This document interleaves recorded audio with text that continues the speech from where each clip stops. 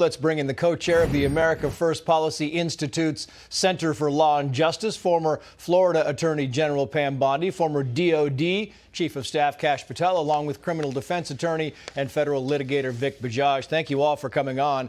Pam Bondi, to you first. Jonathan Turley said this earlier. I thought it was fascinating. Watch.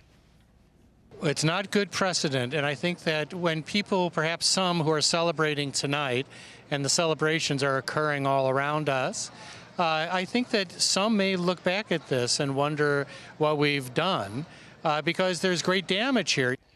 Great damage here. How much damage does this do? How much trust is lost in the U.S. justice system, Pam? Trace, a tremendous amount of trust is lost in the justice system tonight.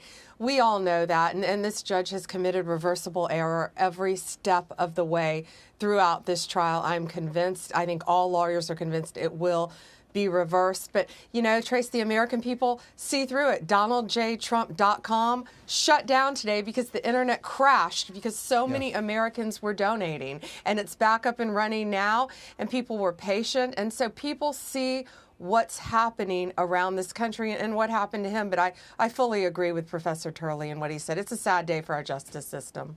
Meantime, Trump attorney Todd Blanche said this to Jesse Waters earlier. The district attorney says that this type of case is a bread and butter, that they do these cases all the time. That is not true. That does not happen all the time. It doesn't happen all the time in Manhattan, and it doesn't have to happen all the time in any jurisdiction in this country. I mean, Kash Patel, bread and butter. I mean, this is so unprecedented. It's just amazing that he would say that.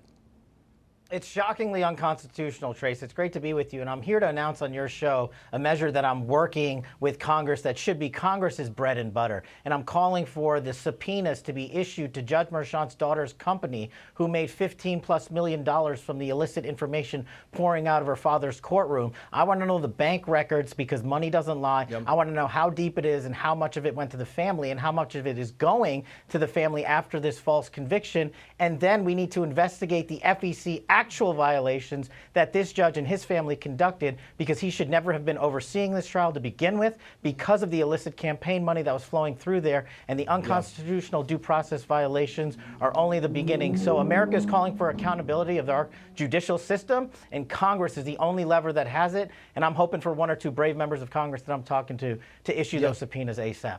Yeah, and Vic, I mean, the judge came under a lot of focus on this thing. I mean, it was one of those things where in the world of Alvin Bragg, in this case, you didn't even have to have one crime. You could pick of a kind of a buffet of crimes. There were 3 crimes there, and any one of those would get you a conviction. Translating what you're saying through the lens of a criminal defense practitioner, what you're really saying is there's a violation of due process. Defendants have a right to proper notice. What are the charges? Who are the witnesses? And in this case, the judge allowed witnesses to be disclosed to the defense at the very last moment. Similarly, this judge allowed jury instructions to go to that jury to say, hey, if you feel he is guilty, well, fill in the blanks. We really don't need to know how you get there. Just fill in the blanks. It's really comical when you have the frightening sound of a prosecutor who has immense power over the citizenry in that area say it's not force or fear or favor. We just let the law lead, and we followed it. The reality is favor was the horse in the lead, and they found a way to go back to statements from 2017. Don't forget, and bolster that underneath a felony charge to bring this case to a very biased court. Yeah, somebody said today that Alvin Bragg wants dangerous criminals protected and political opponents jailed. Kash, would you agree with that assessment?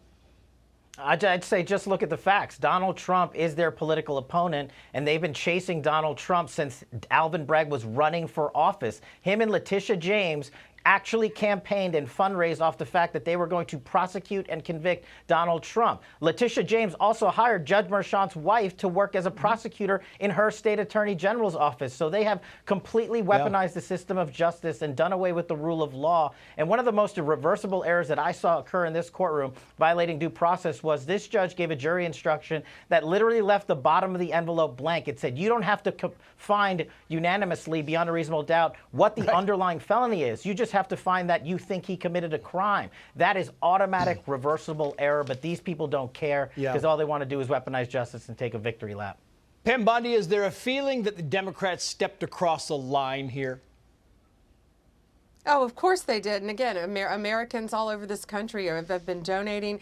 The website crashed, and Americans see what's going on. Trace, you know, you said the bread and butter that Alvin Bragg said that of what he did. That's not true. That's not what that office does. That's not what the function of that office should be. It should be prosecuting violent criminals, the crime on the subway. I believe there was a stabbing just before the verdict came in, yet half of NYPD was there protecting the courthouse, not by choice. And, you know, all of these prosecutors were in there watching the trial. Instead of prosecuting, that should be their bread and butter, violent crime in New York City. Yet it wasn't. It was going after a political opponent, Trace. Vic, Kash, Pam, stand by for 1 second. We're going to get back to you in a moment. Hey, Sean Hannity here. Hey, click here to subscribe to Fox News YouTube page and catch our hottest interviews and most compelling analysis. You will not get it anywhere else.